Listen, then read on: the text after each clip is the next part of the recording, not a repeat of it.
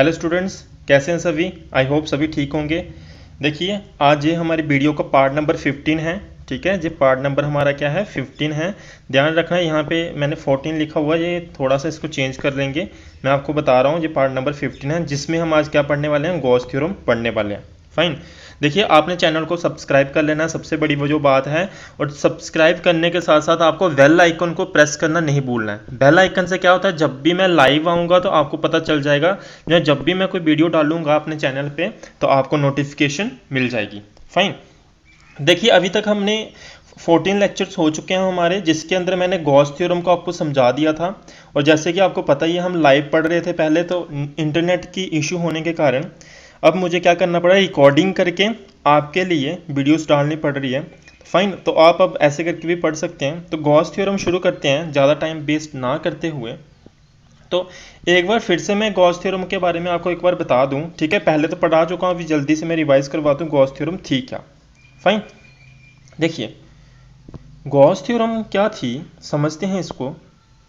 देखो, Gauss theorem, according to Gauss theorem, total electric flux over the closed surface in vacuum is 1 upon epsilon naught times the total charge enclosed in that surface। ये बताया था मैंने। अब देखो, इसको मैं एक बार बता दूं आपको, ध्यान से एक बार फिर से समझ लो क्या बताया था मैंने। देखना, what was Gauss theorem. Gauss theorem थी क्या, ध्यान देना सारे। देखो, अकॉर्डिंग टू गॉस थ्योरम क्या है, जो ये किसके बारे में बताता है, बेसिकली इलेक्ट्रिक फ्लक्स का रिलेशन बताता है। तो क्या बोलता है, इलेक्ट्रिक फ्लक्स जो होता है ना आपका, वो क्या होता है, किस केस में, ध्यान रखना, वैक्यूम की बात करी है इसने गॉस थ्योरम ने, किसकी, वैक्यूम की। बोलता है in vacuum total electric flux enclosed. देखो, टोटल इलेक्ट्रिक फ्लक्स होता है वो कितना होता है आपका, 1 अपॉन एप्सिलॉन नॉट टाइम्स, कितना, 1 upon epsilon naught times the total charge enclosed in that surface. बोलता है कोई एक सरफेस है, उस सरफेस के साथ कितना टोटल इलेक्ट्रिक फ्लक्स लिंक कर रहा है, उस इलेक्ट्रिक फ्लक्स की बात करनी हो किसमें, वैक्यूम के केस में कितना होता है आपका इलेक्ट्रिक फ्लक्स, 1 अपॉन, ध्यान रखना कितना, 1 upon epsilon naught times the total charge enclosed in that surface is known as. इस ये किसने बताया हमें, आपकी गॉस थ्योरम ने बताया। गॉस थ्योरम ने किसकी बात की, इलेक्ट्रिक फ्लक्स की बात की। कहाँ पे, वैक्यूम में। क्या बोला इसने, it is 1 upon epsilon naught times the total charge enclosed in that surface. I hope ये बात आपको समझ आ गई होगी। फाइन, ओके, चलो ये बात क्लियर होगी आपको तो अच्छी बात है। देखते हैं अब आगे। अब क्या है, अब मैथमेटिकली ऐसे करके लिख सकते हैं, जो मैंने आपको समझाया इस तरह से इसको लिख सकते हैं, कोई प्रॉब्लम नहीं है। देखो, इलेक्ट्रिक फ्लक्स, और याद करो पिछले लेक्चर में मैंने आपको बताया था इलेक्ट्रिक फ्लक्स बेसिकली होती क्या है। आपको अगर थोड़ा सा इलेक्ट्रिक फ्लक्स ढूंढना हो, ध्यान देना, मैं इधर साइड पे आपको समझाता हूँ। देखो, अगर आपको थोड़ी सी फ्लक्स चाहिए होगी, थोड़ी सी फ्लक्स के लिए आप क्या करते हो, थोड़ा सा एरिया, मैंने बताया था जब भी आपको फ्लक्स फाइंड करनी होगी तो आप पहले क्या करो, थोड़े से एरिया की वजह से, थोड़े से, देखो ये आपका सरफेस है, टोटल सरफेस कितना, एस, और इसका स्मॉल सरफेस एरिया मान लो कितना, डी एस। हम सबसे पहले देखते हैं इस सरफेस एरिया के साथ कितना फ्लक्स लिंक कर रहा है, मींस कितनी इलेक्ट्रिक फील्ड लाइंस इस सरफेस एरिया से निकल रही हैं। ये देखने के लिए हमें क्या मिलता है, स्मॉल इलेक्ट्रिक फ्लक्स मिलता है। क्या मिलता है, स्मॉल इलेक्ट्रिक फ्लक्स मिलता है। बात समझ आ रही होगी। और स्मॉल इलेक्ट्रिक फ्लक्स ये समझाया हुआ मैंने, इसलिए जल्दी जल्दी पढ़ा रहा हूँ। क्या फार्मूला क्या था, ई डॉट डी एस। क्या होता है, ई डॉट डी एस। अब आपको टोटल इलेक्ट्रिक फ्लक्स निकालनी हो तो आप क्या कर देते हो, क्लोज इंटीग्रेशन कर देते हो दोनों साइड, इधर भी और इधर भी। इधर जब आपने की तो आपको क्या मिल गया, टोटल इलेक्ट्रिक फ्लक्स मिल गया। तो ये आपके पास एक और फॉर्म हो जाती है इलेक्ट्रिक फ्लक्स लिखने की, जो कि क्या होती है, close integration of dot product of electric field intensity and small surface area, D S की क्या कर देते हो आप, डॉट प्रोडक्ट करके उसकी क्लोज इंटीग्रेशन कर देते हो। फाइन, ये मैंने आपको समझा दिया है, मैंने एक बार फिर से आपको रिवाइज करवा दिया। तो ये फॉर्म होती है लिखने की, कैसे बनता है, क्या बनता है, आज इसका हमने क्या करना है, प्रूफ करना है। फाइन, तो प्रूफ करने के लिए ध्यान देना सारे। देखो कैसे करेंगे इसको प्रूफ, समझते हैं इसको। देखो, आपका मैं अलग से यहाँ पे समझाता हूँ, ठीक। मान लो आपके पास एक स्फीयर है, आपके पास एक क्या है, स्फीयर है, और जिसका रेडियस कितना है आपका r। एक आपके पास क्या है, स्फीयर है, मैंने बोला एक आपके पास ये स्फीयर है, फॉर एग्जांपल ये आपका स्फीयर है ना, देखने में सर्कल लग रहा है पर ये स्फीयर है, फाइन। ये आपका एक स्फीयर है और जिसका रेडियस कितना है आपका r है, जिसका रेडियस कितना है आपका r रेडियस है। अब इस स्फीयर के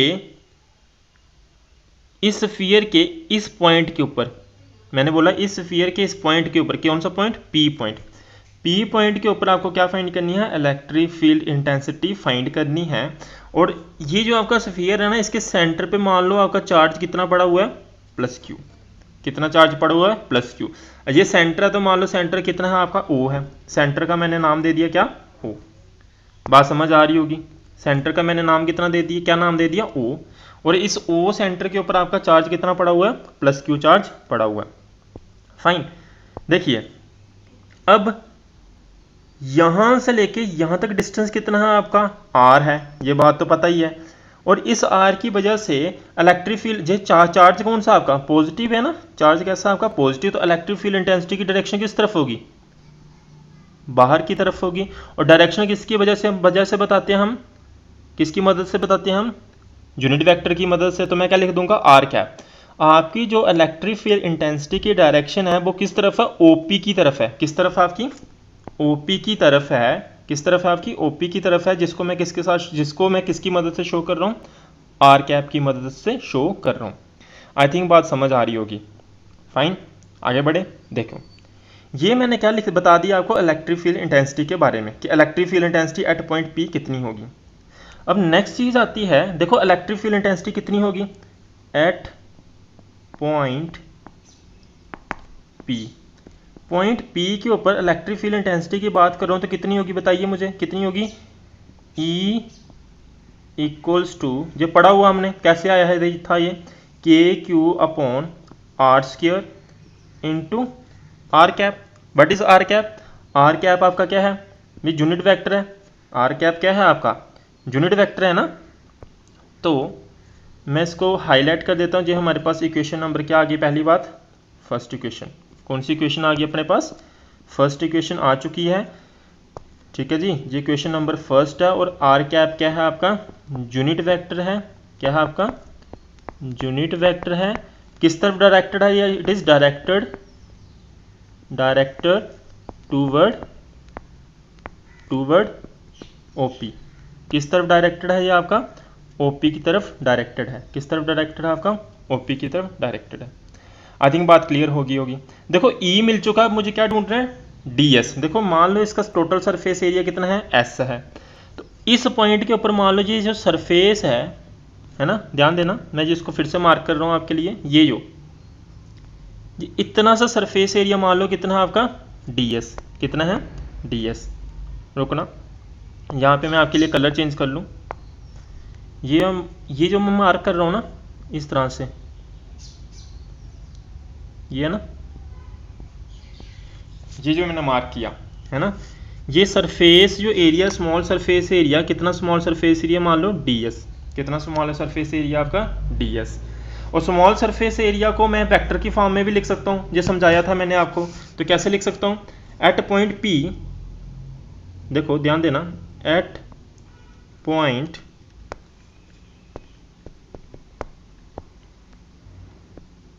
क्या बोल रहा हूं मैं, एट पॉइंट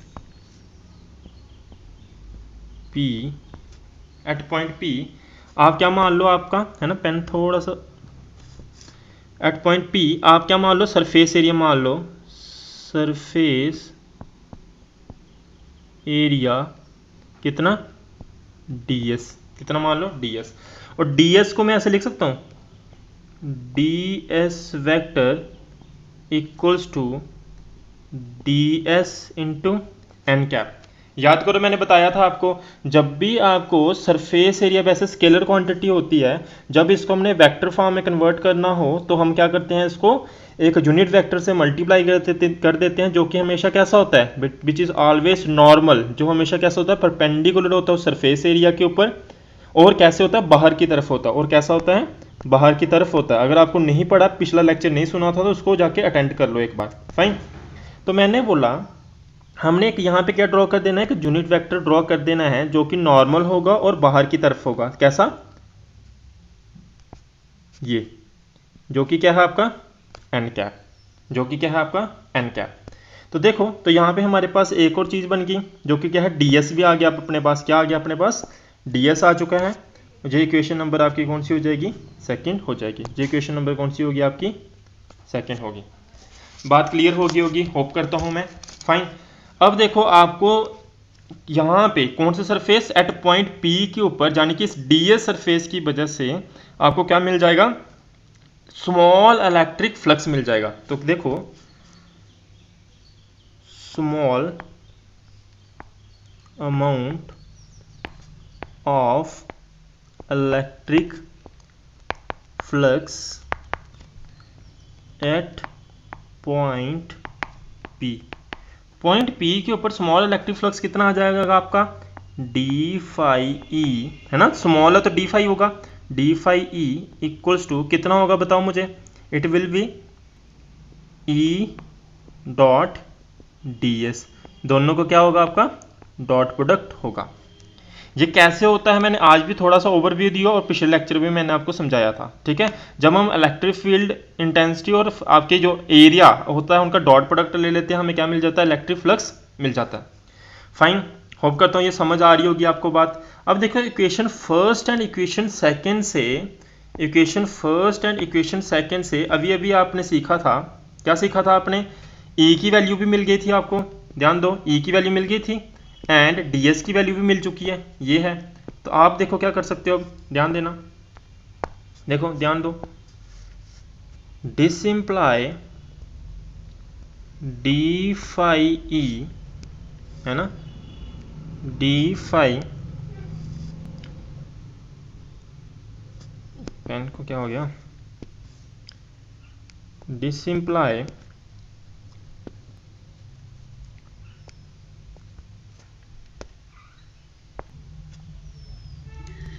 तो देखो डी फाई ई बेसिकली क्या आया था, बना था अपने पास ई, एक सेकेंड, ई डॉट डी एस बना था, और ई की वैल्यू अपने को पता है कितनी है भाई, ई की वैल्यू बताओ मुझे क्या है, D phi E equals to कितना हो जाएगा, ई की वैल्यू कितनी थी, K Q upon R square into R cap dot D S की वैल्यू कितनी थी, D S into N cap, यही थी। और ध्यान दो डी एस एंड ये जो वैल्यू है ये आपकी क्या है, आपकी कांस्टेंट है, ये वैल्यूज आपकी क्या है, कांस्टेंट है। तो इनको मैं अलग लिख लेता हूँ, ध्यान से देखना मैं क्या कर रहा हूँ। देखो क्या हो जाएगा, D phi E equals to K Q upon R square, और ds भी जो क्या है आपका कांस्टेंट है ना, मैग्नीट्यूड है जी बेसिकली, ये भी क्या हो जाएगा, अलग कर लेंगे इसको हम, तो क्या हो जाएगा ds।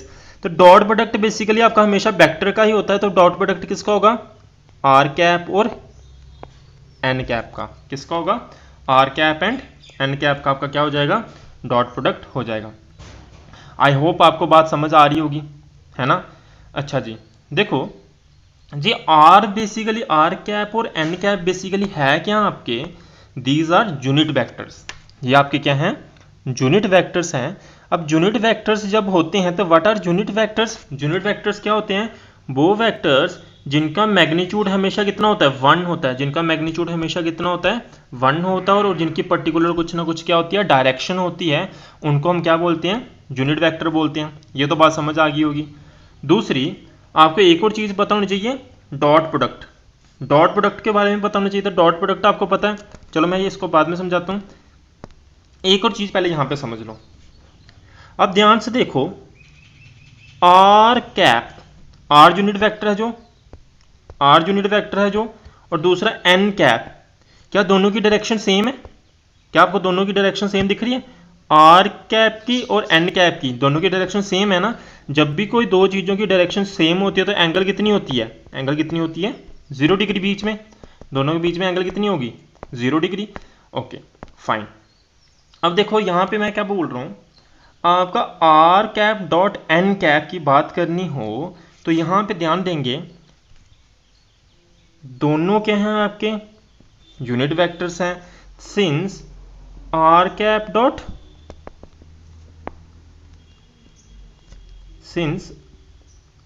Are cap dot N cap किसके बराबर होगा आपका 1। इसका यूनिट वेक्टर, ये भी यूनिट वेक्टर और ये भी यूनिट वेक्टर, दोनों का मैग्नीट्यूड कितना होगा 1 होगा। दोनों का मैग्नीट्यूड कितना होगा 1 होगा। 1 इंटू कॉस टीटा होगा और टीटा कितना है आपका 0 डिग्री, क्योंकि दोनों के बीच में एंगल कितनी है 0 डिग्री है। नहीं बात समझ आई? एक बार मैं फिर से समझाता हूँ आपको, फिर से एक बार क्लियर कर देता हूँ क्या बता रहा हूँ मैं। फाइन, देखिए देखो देखो आपको पता होगा, अब अच्छे से समझ आएगी। आपको पता होगा ये बात, क्या बात, कि ए वेक्टर डॉट बी वेक्टर हमेशा किसके बराबर होता है ए बी कॉस टीटा, ये बात पता होगी। और what is theta? Theta is angle between A vector and B vector. बात समझ गए? Okay fine. अब देखो आपको पता है मैंने क्या बोला, सिंस इसको अलग से रखना आपको, ठीक है, ये समझाया मैंने सिर्फ। सिंस आर कैप एंड कौन सा एन कैप आर क्या है आपके यूनिट वेक्टर्स, क्या है आपके यूनिट वेक्टर्स हैं। बात समझ आ रही होगी। देयरफॉर क्या हो जाएगा भाई, इसकी वजह से आपका R cap dot N cap equals to, भाई ये मैग्नीट्यूड होता है ये भी मैग्नीट्यूड होता है, और आर कैप का मैग्नीट्यूड कितना है 1 है क्योंकि यूनिट वेक्टर है। एन कैप का मैग्नीट्यूड कितना है 1 है, ये भी 1 आ जाएगा। और कॉस टीटा होता है, टीटा क्या होती है angle between R cap and N cap. और जो मैंने अभी समझाया आपको, इन दोनों के बीच में, इस तरफ और इस तरफ दोनों के बीच में एंगल कितनी है 0 है, तो टीटा की जगह मैं क्या लिखूंगा 0 डिग्री। बात समझ आ रही हो कि यहाँ क्या आ जाएगा 0 डिग्री, जहाँ क्या आ जाएगा आपका 0 डिग्री। और cos 0 डिग्री कितना होता है आपका 1 होता है, तो मीन्स आपका R cap dot N cap कितना हो जाएगा 1 हो जाएगा। R cap dot N cap कितना हो जाएगा 1 हो जाएगा, जो कि ये इक्वेशन थी आपकी, इसकी बात कर रहा था मैं। ध्यान देना, देखो ये इक्वेशन है ना जो आपकी, ये इक्वेशन नंबर कौन सी आपकी थर्ड, ये इक्वेशन नंबर कौन सी आपकी थर्ड है। और ये कहाँ से आया आपका फ्रॉम, ध्यान देना ये भी हमने वैल्यू पुट की थी ना, ये कहाँ से आई थी from equation first and equation second. Fine. अब देखो therefore equation third become, equation तीसरी क्या बन जाएगी आपकी, इक्वेशन थर्ड देखो आपकी क्या बन जाएगी, D phi E equals to K Q upon R square into D S. और यहाँ पे आपका क्या था 1 था, तो इसको लिखने की ज़रूरत नहीं है, 1 बन गया। यहाँ पे अभी R cap dot N cap के बारे में बताया। बात समझ आ रही होगी, क्लियर होगी बात? ओके, ये आपको बात क्लियर होगी। अब देखो ये जो मिला ना हमें, ये हमें क्या मिला है, थोड़ा सा इलेक्ट्रिक फ्लक्स मिला है, ठीक है। लेकिन हमें फाइंड क्या करना है, टोटल इलेक्ट्रिक फ्लक्स चाहिए हमें क्या चाहिए, टोटल इलेक्ट्रिक फ्लक्स चाहिए। और जब भी टोटल इलेक्ट्रिक फ्लक्स फाइंड करना है तो आपको क्या करना पड़ेगा, इंटीग्रेशन करनी पड़ेगी। आपको क्या करनी पड़ेगी, इंटीग्रेशन करनी पड़ेगी। तो देखो for total electric flux, for total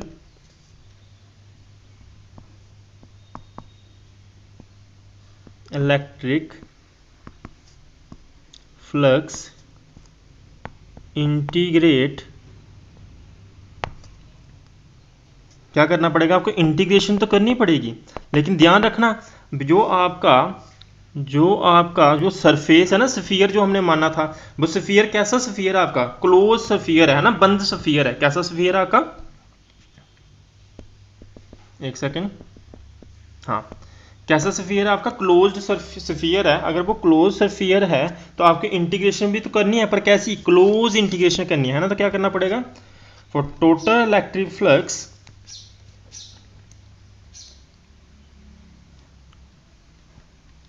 apply कर दो क्या, अप्लाई क्लोज इंटीग्रेशन, क्या अप्लाई कर दो, क्लोज इंटीग्रेशन बोथ साइड, दोनों तरफ क्या कर दो, क्लोज इंटीग्रेशन कर दो। ठीक है जी, देखो जो मैं लिख रहा हूँ मैं साथ में बोल रहा हूँ, आपको समझ आ रही होगी। ठीक है, एक्चुअली मेरा जो पेन है सही से काम नहीं कर रहा है, इसलिए थोड़ा सा ऐसा लिखा जा रहा है। फाइन, देखो क्लोज इंटीग्रेशन कर दो दोनों साइड, तो इस तरफ करोगे डी फाई ई की, बीच में ऐसा गोला डाल दिया ना इंटीग्रेशन, तो इसको क्लोज इंटीग्रेशन बोलते हैं। तो क्या हो जाएगा, इधर भी कर दो, तो इधर क्या हो जाएगा, K Q upon R square into D S. जब इस तरफ मैंने इंटीग्रेशन की तो आपको क्या मिल जाएगा, टोटल फ्लक्स मिल जाएगा। जब भी इंटीग्रेशन कर देंगे तो आपको क्या मिल जाएगा, फाई ई इक्वल्स टू, देखो के भी कांस्टेंट है, क्यू भी कांस्टेंट है और रेडियस भी आपका क्या है, कांस्टेंट है। तो इनकी इंटीग्रेशन तो होगी नहीं, जब बाहर आ जाएंगे K Q upon R square. Integration किसकी होनी है, क्लोज डीएस की। इंटीग्रेशन किसकी होनी है, आपकी डीएस की। ध्यान से सुनना अब जो मैं बताने वाला हूँ। देखो जिस डीएस जो है ये बेसिकली क्या है, आपका स्मॉल सरफेस एरिया है। ये आपका क्या है, उस स्फीयर का स्मॉल सरफेस एरिया है।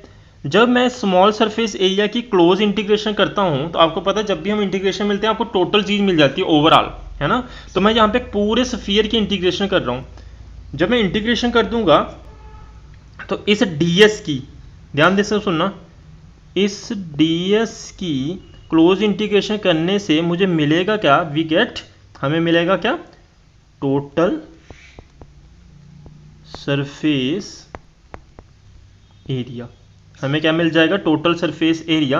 और टोटल सरफेस एरिया भी किसका किसका मिलेगा, बताओ मुझे। टोटल सरफेस एरिया मिलेगा मुझे ऑफ स्फीयर। किसका मिलेगा, स्फीयर का मिलेगा।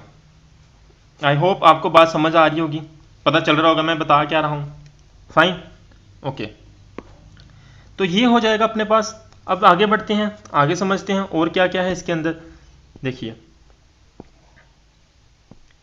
अब वो देखो उसको मैं कैसे लिख रहा हूं, ध्यान से देखना। दिस इम्प्लाई फाई ई,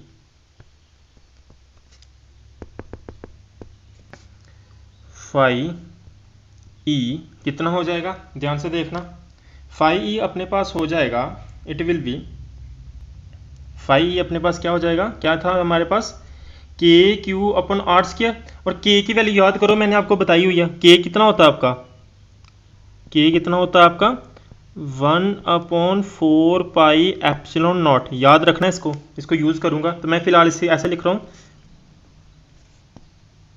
फिलहाल क्या था अपने पास, के क्यू अपॉन आर स्क्वायर। और ध्यान से देखो अब ये जो बताने वाला हूँ, डीएस बेसिकली क्या है, total surface area of sphere है। और स्फीयर का फार्मूला आपको पता होना चाहिए, एरिया ऑफ स्फीयर क्या होता है, इनटू क्या हो जाएगा, 4 पाई आर स्क्वायर। कितना हो जाएगा, 4 पाई आर स्क्वायर। मैं फिर से बता रहा हूँ, डीएस की आपने क्लोज इंटीग्रेशन की, तो क्लोज इंटीग्रेशन की वजह से आपको ये क्या मिला, आपको मिला total surface area of sphere. क्या मिला आपको, total surface area of sphere. तो total surface area of sphere का फार्मूला लिख दिया मैंने यहाँ पे, है ना, डीएस की क्लोज इंटीग्रेशन और डीएस की जगह क्या आ गया, 4 पाई आर स्क्वायर आ गया। अब देखो बहुत इंपॉर्टेंट है ये एग्जाम पॉइंट ऑफ व्यू से आपका गॉस थ्योरम। तो क्या हो जाएगा, phi E equals to K Q. देखो अब ध्यान से देखो, यहाँ पे मैं के की वैल्यू पुट कर रहा हूँ। के कितना है आपका, 1/4 pi epsilon naught into K upon R square into 4 pi R square. देखो 4 पाई और 4 पाई दिख रहा है आपको, 4 पाई और 4 पाई आपस से क्या हो जाएंगे, कैंसिल हो जाएंगे। आर स्क्वायर भी क्या हो जाएगा, कैंसिल हो जाएगा। तो देखो अपने पास बचेगा क्या, अपने पास क्या बचेगा, देखो अपने पास बचेगा phi E equals to Q upon epsilon naught. क्या यही बचा है, यही बचा है ना। तो ये अपने पास क्या आ जाएगा, प्रूफ आ जाएगा, किसका, गॉस थ्योरम का। किसका थ्योरम का, कौन सी थ्योरम का प्रूफ है ये आपकी? गॉस थ्योरम का, जो कि बहुत ज़्यादा आपका इंपॉर्टेंट है। ठीक है, इस तरह से हम इसको गॉस थ्योरम को प्रूव करते हैं। आई होप आपको समझ आ गई होगी। तो कल नेक्स्ट लेक्चर में हम इसके डिस्कस करेंगे क्या क्या इसकी एप्लीकेशंस हैं, कहाँ कहाँ पे इसको यूज़ करते हैं। बात समझ आ रही है? तो ये सारा हम कल डिस्कस करेंगे। इससे पहले देखो एक चीज़ आपको यहाँ पे एक सीखने को मिली होगी गॉस थ्योरम की मदद से, वो क्या है वो सीखते हैं। यहाँ पे एक चीज़ हमें सीखने को ये मिली है कि गॉस थ्योरम के मुताबिक आपका कोई भी एक क्लोज सरफेस है, आपका कोई भी एक क्लोज सरफेस है, अगर उसके साथ अगर आप बोलोगे भी, आप मुझे पूछोगे सर उसके साथ फ्लक्स लिंक होगी कि नहीं होगी, मैंने बोला मेरे पास कोई भी एक स्फीयर है जहाँ कोई भी एक क्यूबाइड है, कुछ भी है, क्लोज सरफेस होना चाहिए, है ना। कैसा सरफेस होना चाहिए? Close surface. क्लोज सरफेस के साथ फ्लक्स लिंक होने के लिए सबसे इंपॉर्टेंट जो बात है according to Gauss theorem is that कि उस स्फीयर के अंदर या उस सरफेस के अंदर आपका क्या प्रेजेंट होना चाहिए? चार्ज। उसके साथ क्या लिंक होना चाहिए? आपका चार्ज लिंक होना चाहिए। ठीक है, अगर उसके साथ चार्ज लिंक होना चाहिए तो भाई देखो, अगर देखो यार उसके साथ अगर फ्लक्स लिंक करना होगा, इलेक्ट्रिक फ्लक्स लिंक करना होगा, तो सबसे इंपॉर्टेंट जो बात होगी ना, उसके अंदर क्या होना चाहिए? आपका चार्ज होना चाहिए। देखो बेसिकली फ्लक्स का फार्मूला हमने देखा ना अभी फ्लक्स क्या है? Electric flux equals to Q upon epsilon naught. ये जो चार्ज था ये किसके अंदर चार्ज था? स्टेटमेंट पढ़ेंगे तो हमने वहां पे लिखा था कि charge enclosed in the closed surface. किसके अंदर होना चाहिए आपका चार्ज? क्लोज सरफेस के अंदर इंक्लोज्ड होना चाहिए। अगर चार्ज उसके अंदर नहीं होगा, इस बॉडी कोई भी बॉडी के अंदर नहीं होगा, तो चार्ज की वैल्यू कितनी हो जाएगी? क्यू की वैल्यू कितनी हो जाएगी? जीरो। तो फ्लक्स भी आपका कितना हो जाएगा? जीरो। फ्लक्स भी आपका कितना हो जाएगा? जीरो। जैसे अभी आपको इतनी ज़्यादा समझ नहीं आई होगी, एग्जाम्पल के तौर पे देखो, एग्जाम्पल के तौर पे देखो, मैं बोलूँ मेरे पास एक स्फीयर है और इसके बाहर एक चार्ज पड़ा हुआ है 3 कूलम प्लस 3 कूलम। मुझे बताओ इसके साथ फ्लक्स कितना लिंक हो रहा होगा? तो आप आंसर दोगे जीरो फ्लक्स। कितना? Zero flux. क्यों? क्योंकि इसके अंदर चार्ज कितना है? जीरो है। इसके अंदर चार्ज कितना है आपका? जीरो है। बात समझ आ रही है? ये चीज़ मैं बताना चाहता था, इसको हम बाद में यूज़ भी करेंगे इसलिए मैंने बता दिया। आज के लेक्चर हम यहीं पे बाइंड अप करते हैं। आई होप आपको समझ आई होगी, और चैनल को सब्सक्राइब कर देना, वीडियो को शेयर कर देना, और अपने फ्रेंड्स के साथ इस चैनल के बारे में शेयर करना मत भूलना। Okay, thank you, bye bye, have a nice day, fine.